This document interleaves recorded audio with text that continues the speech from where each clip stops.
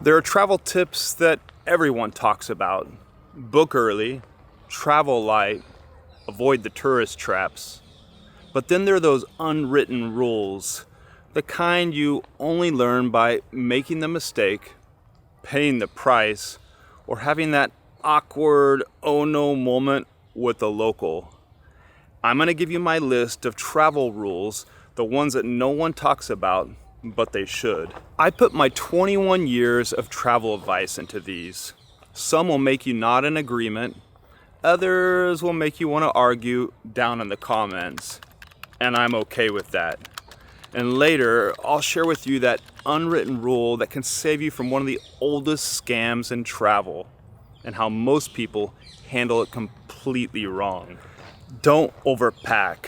I used to be the one with the monster suitcase, but in reality, hauling it up flights of stairs, dragging it across cobblestone streets, or trying to squeeze it into a tiny elevator, it's a pain in the neck, and it makes you look like a rookie traveler. So now when I'm packing, I try to only fit in half of what I think I'll need. I leave the rest at home.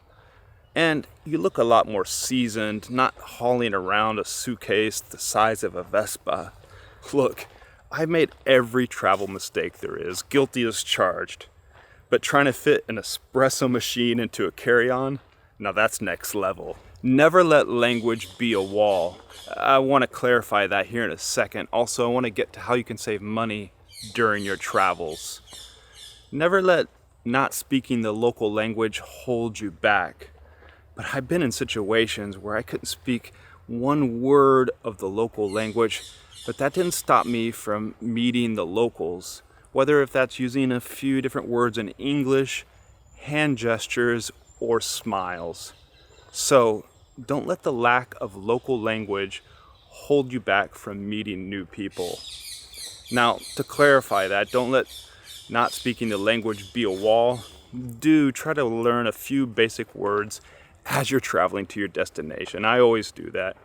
Hello, thank you, please. It goes a long way and you can meet some new friends. Buongiorno, buongiorno. Remember, loud English doesn't translate. If it did, my uncle would be fluent in every language on earth. Diet Coke!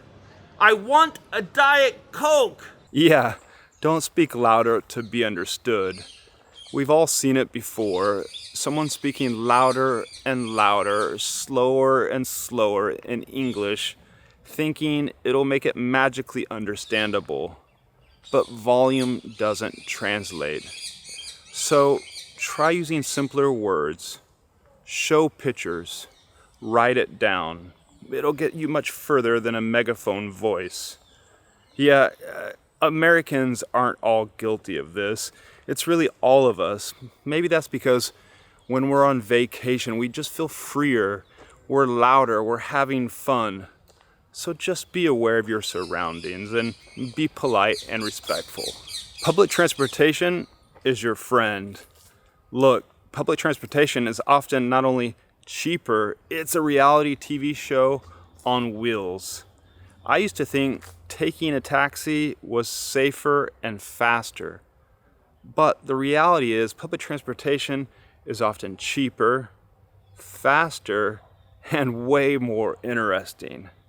So avoid the scam potential of taking a taxi and hop on a local bus or tram. You'll get a true slice of local life, how the locals are going about.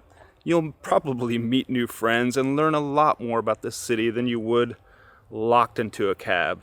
Always hunt deals. You remember earlier I said we talk about ways you can save money when you travel?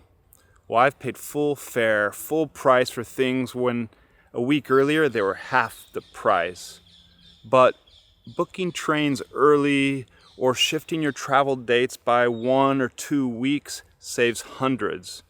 So look out for those discounted tours, off-season flight deals, free museum days. Smart travelers always do. Just recently, I needed to book a flight to Bangkok. My travel dates were flexible. I searched for 2 one-way tickets, one going there, one coming back, and I compared that to the price for the round-trip ticket. Mostly the round-trip tickets are going to be less money, but be on the lookout. You never know. Help fellow travelers. I've seen people leave their phone on a cafe table, forget it, get up, and walk away. But when you're traveling, we're all in this together. So if you see it, spot it, say something. You know, karma travels faster than a delayed budget Ryanair flight in Europe. Share what you know. When you're out traveling in different countries, different cities, you'll spot your fellow traveler. You're usually at the same attractions or same museums. You meet sometimes people who will become lifelong friends. I think of Ping, who I met in the Philippines, or Alvin or Nick, who I met in Thailand. If you've just come from a destination and you meet someone heading to that place, share what you know. But don't be that, well, actually, know-it-all type person. Share useful and all the information you have. Think of it as a chain of good travel karma. Meet people, but be smart. Meeting other travelers and locals is one of the best things about being on the road. But not everyone you meet will become a lifelong friend. So enjoy the moment, but use your instincts. Sometimes see you tomorrow actually means see you never. The tourist trap dilemma. There's a certain snobbery online about avoiding famous, big cities, touristy places. But the Colosseum, even with 10,000 people there, is still amazing. So, go if you want. Skip it if you don't. Just don't let other people's travel rules dictate your decisions. Look, what I find works for me is if you're there, just walk 2 streets away. It's always a good rule for finding better food, and if you need to get away from your tour group and have a break from them for a while. I know, on this channel, I talk about a lot about skipping the big cities, those tourist spots, and finding those off the beaten path places, true travel gems.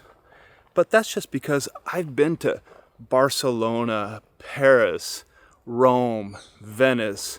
I've already done those cities 3-4 times in my life. So if you've never been, take a chance to go see those places for yourself at least once in your life and decide for yourself. The photography etiquette no one teaches you. I've seen people take photos of strangers' kids without even asking. But in many cultures, that's not only rude, it's sometimes deeply offensive.